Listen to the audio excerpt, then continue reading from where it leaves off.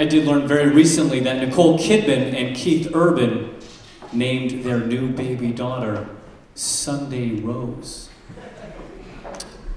That reminded me that years ago, John Cougar Mellencamp named his newborn son Speck Wildhorse. And Sylvester Stallone named his newborn son Sage Moonblood Stallone. Which means celebrities are naming their babies by asking a series of reflexive, thought-provoking trigger questions. Such as, what would a run-of-the-mill name be for a vampire hunter?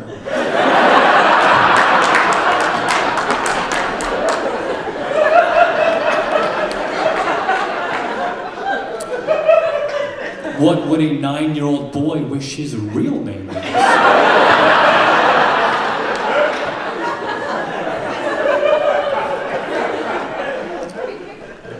What would an asshole's third best name be for his penis?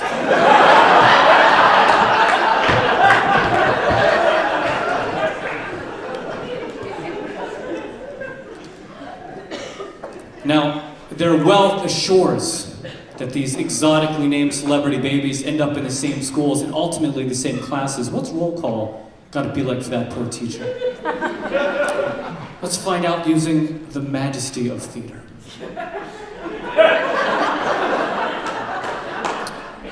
All right, class, if you could please have a seat, I'll go ahead and take attendance. Thanks a lot.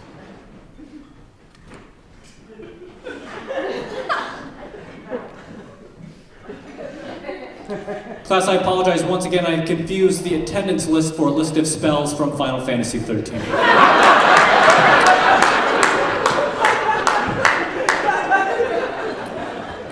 At least I think I have. Certainly no one here is actually named Shadow Strike Secret Rain. Middle name Nature's Promise.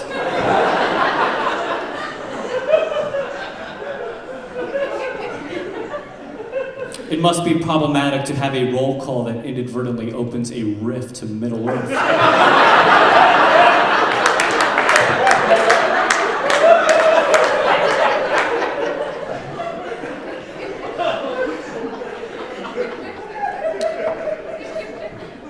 Now, I did play a lot of Final Fantasy growing up. Another thing I did a lot of is I read a lot of Sherlock Holmes.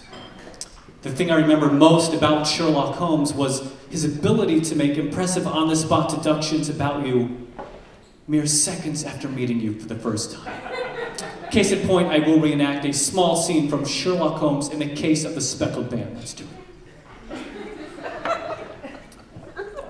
Sherlock Holmes, thank you for taking my case. No worries, Miss Addington, we'll find your brother. Incidentally, I hope you weren't rattled too heavily by the defective left wheel on your horse and carriage this morning. Sherlock Holmes, I did have a defective left wheel on my horse and carriage this morning. How did you know that?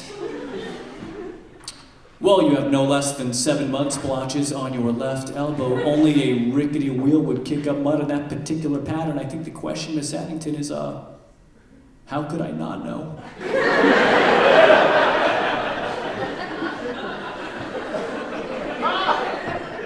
Sherlock Holmes is a douchebag.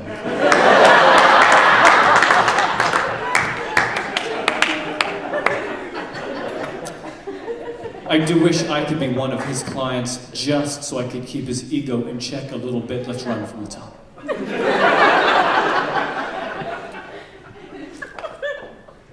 Sherlock Holmes, thank you for taking my case. No worries, David Cope, we'll find your brother. Incidentally, I hope you weren't rattled too heavily by the defective left wheel on your horse and carriage this morning.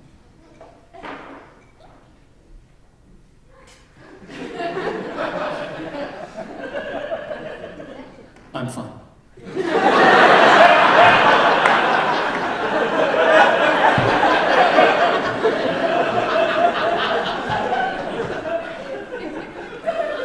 Well, certainly you're curious as to how I deduced that you had a defective left thing on your stuff. Hold on. Not interested. But as long as we were making on-the-spot deductions, couldn't help but notice that you and Watson seem to live here pretty cozily.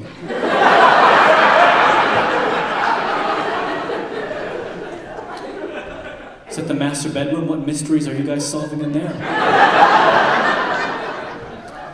Should I bust out my magnifying glass and crack the case of the forbidden persuasion not acceptable for another 100 years and even then only in urban environments?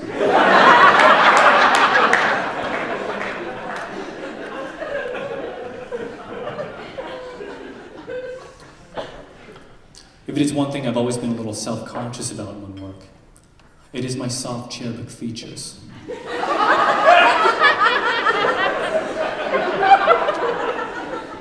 Now, to counterbalance them, lately I've tried dressing tougher.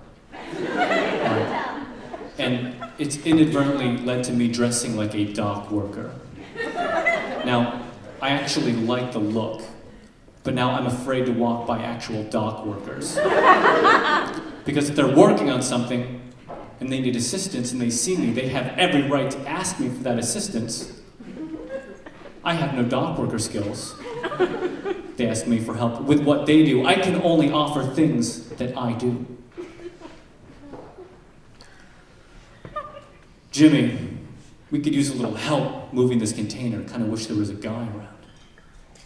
Ah, but look, there's a guy right over there. Hey! Hey, listen, we need to mount this claw adapter down onto this container. Could you please help us? Sorry, did you just ask me if I wanted to browse Huffington Post articles over fair trade coffee with like-minded friends?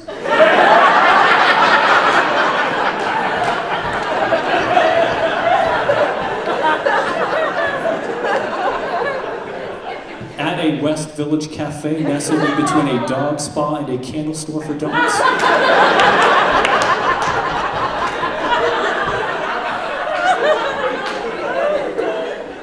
No.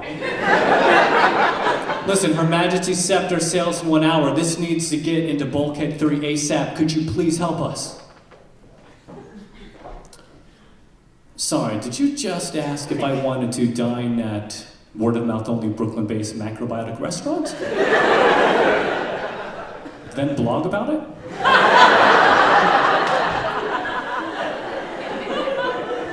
Leaving out the part where I have to pay with my mom's credit card?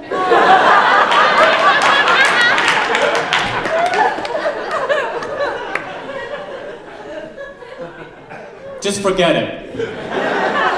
We'll move the container. Okay, but you're refusing my ability to help you download what appear to be meaningless iPhone apps, one of which could, however, help you locate a candle store for dogs. Now, Moonwork, do you understand that if I have enough of these kinds of encounters, what's going to happen? It's only a matter of time before some dock worker realizes that the frivolities of metropolitan life really do trump the frivolities of blue-collar life. They just do. Which means it's only a matter of time before some dock worker changes sides. What would that be like?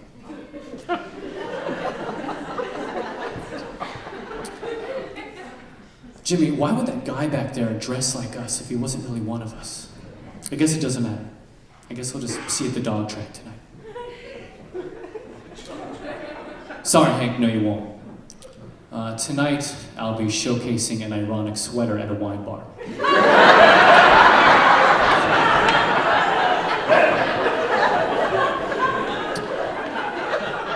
Don't wait up for me. Probably gonna hook up over the fact that I'll be accessorizing this sweater with a vintage camera I don't know how to operate. Guys, thank you so much. I'm David Coe.